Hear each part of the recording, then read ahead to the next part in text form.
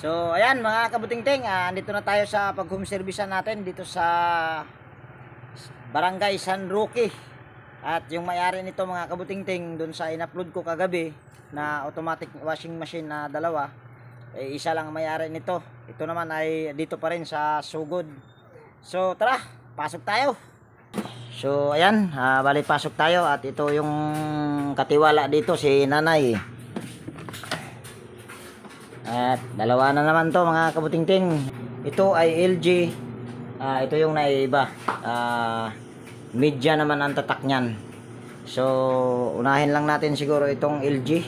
At ilabas ko rin muna yan mga kabutingting, para medyo may kasikipan dito sa loob. So ayan mga kabutingting, ito naman ay nailabas na.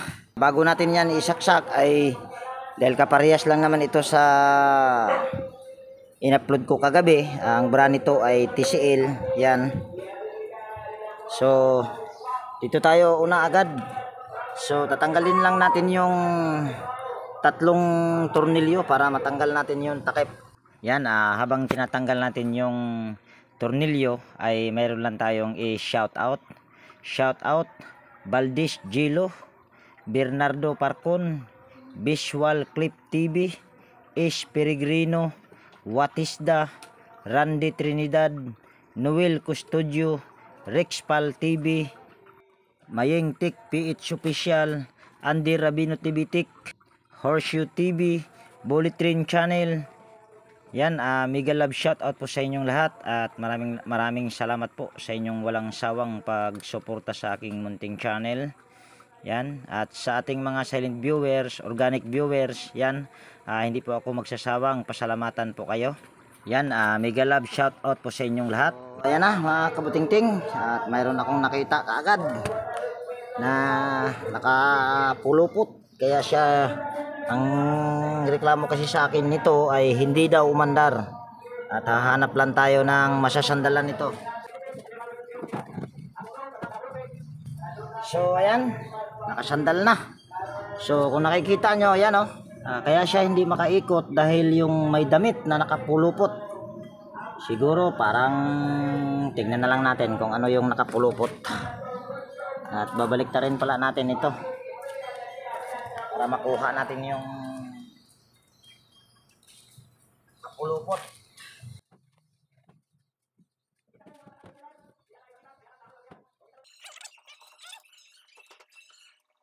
So ayan, tingnan nyo kung anong pumulupot kaya hindi siya makaikot. Grabing pagkapulupot nito. Baka hindi natin matanggal yan kung ganyan lang. So doon natin sandal. Sarado lang natin. Tapos babalik ka rin natin.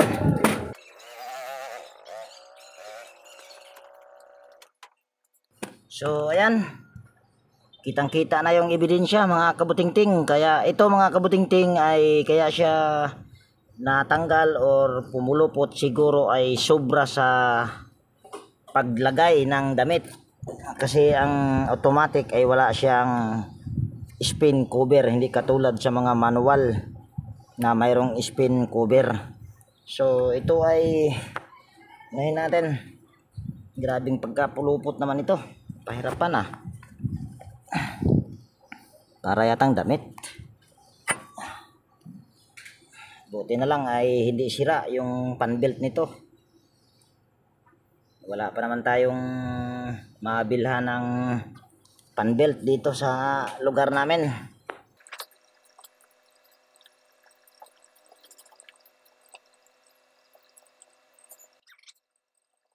So ayan, nakuha na natin mga kabutingting at tignan natin kung ano ito. Parang pambabae na damit ito. Tawa si Nanay, pambabae nga talaga ito. I love you. Yan, so yan yung naging dahilan kung bakit ayaw umandar mamaya Nay. So ngayon ay babalik lang natin yung panbelt.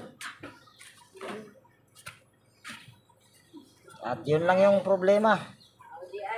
At yung isa naman daw, yung media ang tatak ay, ang problema naman nun ay mabagal. So dahil iba naman ang brand nun, baka iba ang sukat ng pan belt noon. So ayan, ito ay okay pa. Yan. So yun lang ang problema sa automatic na washing machine na ito. At ang dahilan kung bakit siya pumulupot, bakit ito pumulupot ay sobra sa karga. Siguro nagtataka yung ano niyan, nagtataka siguro yung nagpalaban nito, nagpa-laundry, bakit kulang na yung pina-laundry. So ayan, ito ay tapos na.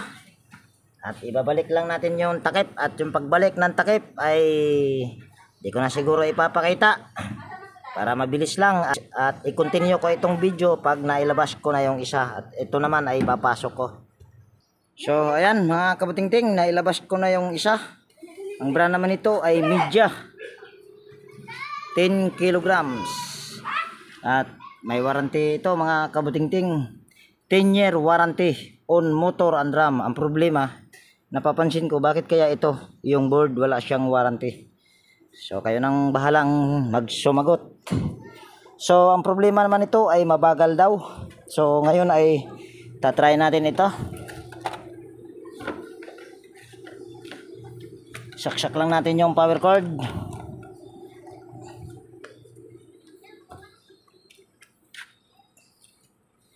Tapos on lang natin. Oh, wala namang display yata. O masilaw lang, di makikita. Hindi lang, ayusin ko lang mga kabutingting. Masilaw. So ayan na mga kabutingting, tingnan natin kung masilaw pa ba o mayroon bang display. Yun, mayroong display, yan oh. So ito ay ilagay lang natin sa spin. Yan, to spin. Magkamali tayo nito, mayari tayo nito. Tingnan natin, spin. Yan. So ngayon start natin. At ayan ay magdi-drain pa. Hihila pa yung drain motor niyan bago mag-spin. At mag-ano pa ng mga ilang minuto or seconds lang yata. So tingnan natin kung aandar ba, dahil ang problema naman ito ay mabagal daw. So i-try natin at antayin natin kung gagana ba siya, dahil naka-program yan sa spin. Yun lang naman ang alam ko, spin lang pag mga ganito. So antayin lang natin, tagal. So ayan, gumagana nga ito. At okay yan. So dahil ang ano nila nito ay mabagal, so ito ay push lang natin, tapos off natin, tapos hugutin natin yung saksakan at itutumba natin. Lagyan ulit natin ng sapin. Ay, sandali lang, kuha muna tayo ng gamit para isang trabaho lang, kahit by script na lang. Kasi wala tayong ibang gamit.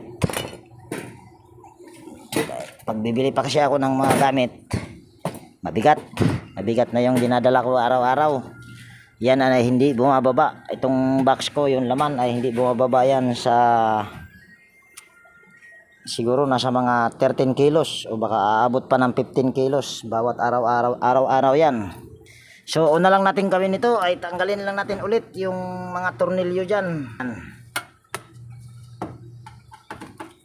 At ito ay tingin ko baka maayos pa ang pan belt nito. So gagawin lang natin ito ay adjust lang natin.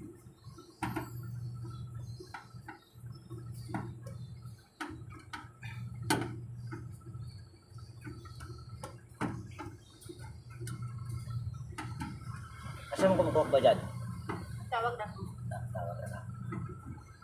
Bilagi bayad dito sila. 700. Libre ganitong buwan. Deliver na ang pan belt ato usa. Pwede naman tawag na. So ayan na mga kabutingting. So ngayon ay itutumba natin ito. At para yatang wala ng cover sa, yan ang wala ng cover. At saan ba yung motor na ito? Nandoon. doon yung motor sa likod. So itutumba natin ito. Kailangan nating itumba. Post ko muna at tutumba ko lang. So ayan, nakatumba na mga kabutingting. So tingnan natin yung pan belt. Sakto, hindi naman masyadong kaluwagan ng pan belt nito, pero bakit maluwag o mabagal daw? Ayan oh.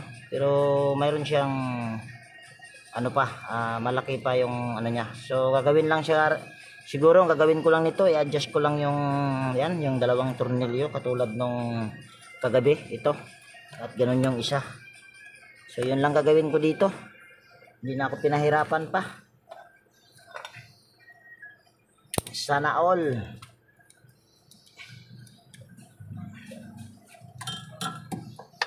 Luwagan lang natin ito mga kabutingting. Yung tornilyo.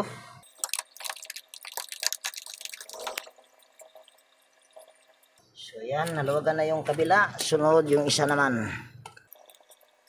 Sinsya na, wala akong gamit. Wala akong 13 yata ang sukat nito or 14. Kung hindi ako nagkakamali. Pero tingin ko 13. Kaso wala tayong gamit na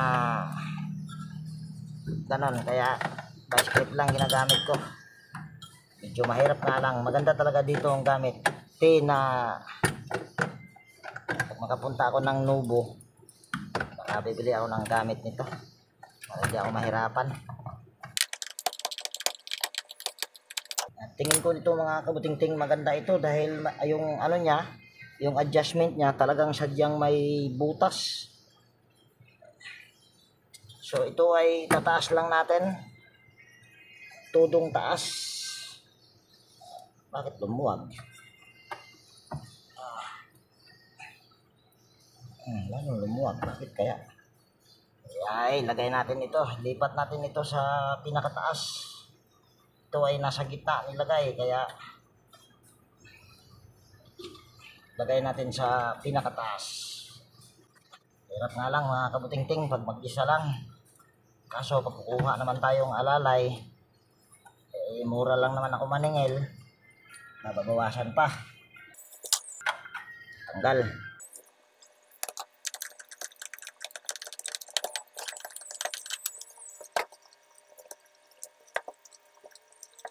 Yan. Tanggal na natin. So kung napapansin nyo, ito yung sinasabi ko na ayan oh, yan ang maganda, tatlo ang butas. Makaka-adjust ka talaga dyan ng ito, yung pinaka motor nya. So sa taas natin ilagay dahil yun ay nasa gitna. So ano lang natin, tornilyo lang natin sa pinakataas. Mahirap pagka ganito mga kabutingting, walang gamit. So okay lang, tsaga-tsagaan na lang. Ganon din tong isa, lagay din natin. Sa taas pa rin natin ilagay yan.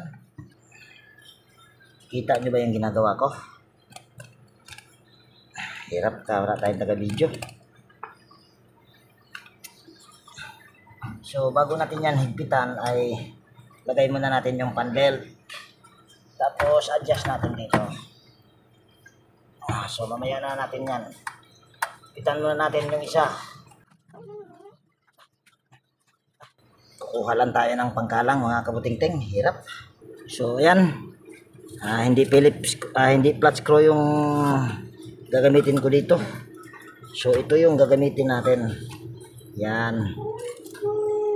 Saka natin yan ihigpit.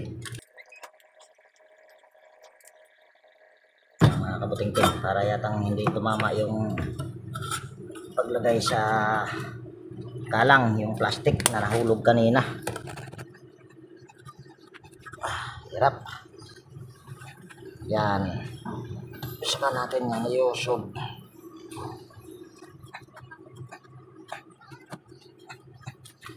Ayun, higpitan lang natin yan. Sinsya na, wala akong gamit eh. Kaya may gamit lang sana ako, madali lang to eh.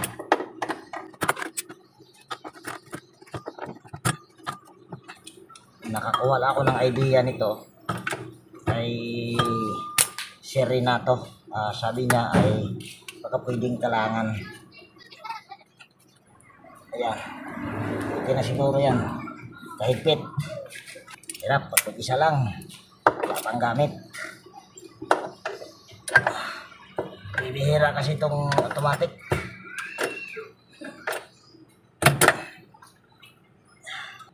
Ngayon dito naman tayo sa kabila.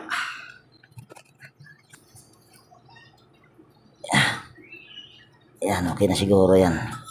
Ayusin muna natin ito.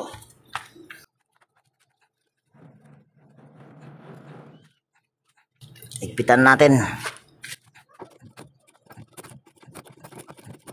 Ayan, parang pinahirapan ako. Tutumba ko na lang to. Total naman nakata. Yung board niya ay nasa taas. So pwede ko itutumba ito siguro ng todo. So ayan, nakatumba na yan ng todo. So kailangan lang natin ito ulit.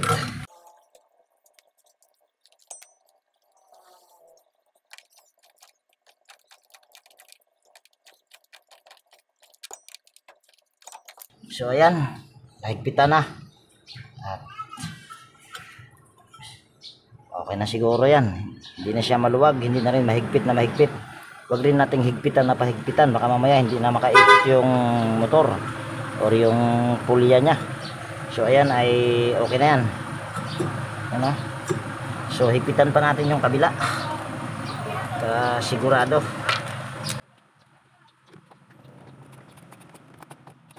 Yan. Okay na yan. At malalaman natin yan mamaya kung bibilis or hindi. So ito ay okay na. At napansin ko ay wala siyang cover dito sa ilalim. Ganon din yung isang ano kahapon, yung isang LG na in-upload ko kagabi ay wala na ring ano cover. So ayan ay tatayo ko ulit.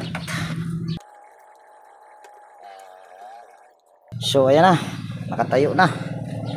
At paalala lang mga kabutingting, pag halimbawa mga katulad ko na hindi naman talaga ako nito magaling sa pag mga ganitong automatic, ang alam ko lang talaga ay mag-convert sa manual. So pag mga ganito, pag nagtumba kayo, dapat dito sa likod, wag dito sa harap. Kasi pag dito ka sa harap, baka mamaya itong automatic na washing machine hindi na uubos ang tubig niyan. Lagi yang may stock kasi para yan siyang naka-imbudo or yung naka ganyan ba, pa-curve yung nasa ilalim niyan, kaya hindi talaga na uubos ang tubig. So wag kayong magtumba na ito ay nandito sa pinakababa, dapat patalikod talaga ang pagtumba niyan. So yun lang yung maiano ko sa inyo.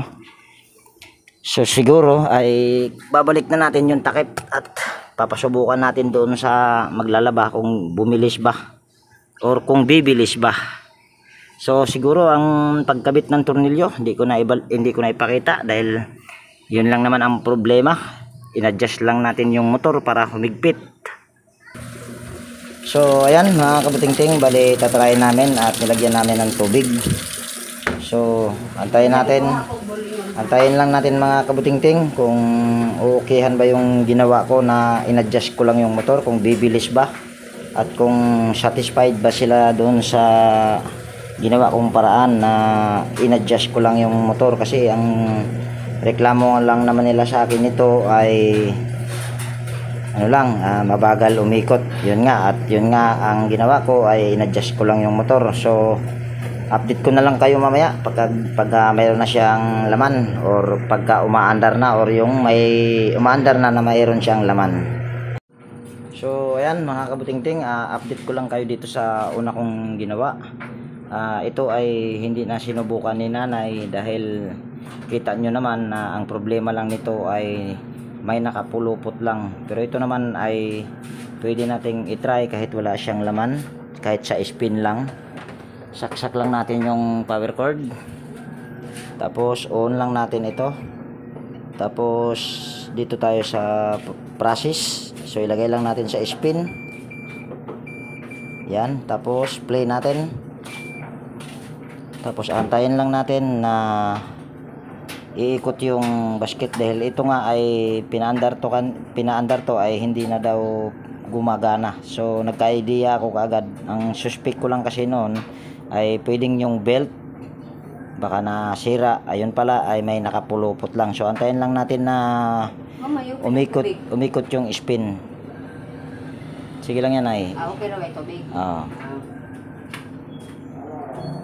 So ayan. Gari, kusog na dyan ikot. Kung nakikita nyo ay gumagana na at umikot na. So ayan lang. So okay na yan. So itong isa daw ay sabi ni nanay kung narinig nyo. Kung ano yung sinabi mo kanina nay? Ito ay wala siyang nakalagay na post. Malakas nag-ikot ba? Malakas na daw umikot. Nay, patayin mo na to nay. Hindi ko alam. So ito. Tignan natin. Ito daw ay mabilis na. Ayan, hindi. Ayan. Mabilis na ba, Nay? Hindi ba ganyan kabilis yung bago ko hindi pa, wala pa akong ginawa? Sa itong hindi pa nagamit, yung ginamit ay na mahina yung ikot. Ayan, ay ano na yan? Okay na ba, Nay? Mabilis na? So, ayan mga kabutingting, ay inukihan ng nagbabantay dito dahil daw yung hindi pa daw siya nung hindi ko pa daw ginawa ito ay halos daw hindi yan gumagalaw yung nasa loob. So dahil yan ay gumalaw na, so ibig sabihin ay okay na yan ay. So sigurado kayo itong tubig dapat automatic na siyang huminto. Nanay, konti pa lang laman niya nay. Mamaya. So, ang tanong ko sa inyo, Nay, mabilis na po ba? Mabilis na. Mabilis na. Ano nga pala pangalan nila, Nay? Dolor. Si Nanay Dolor, mga kabutingting. Kabutingting. Ikaw yung may-ari dito, Nay? Hindi, yung pinsan ko. Pinsan daw ni Nanay, mga kabutingting. Doon sa kabila. Okay. Isa lang.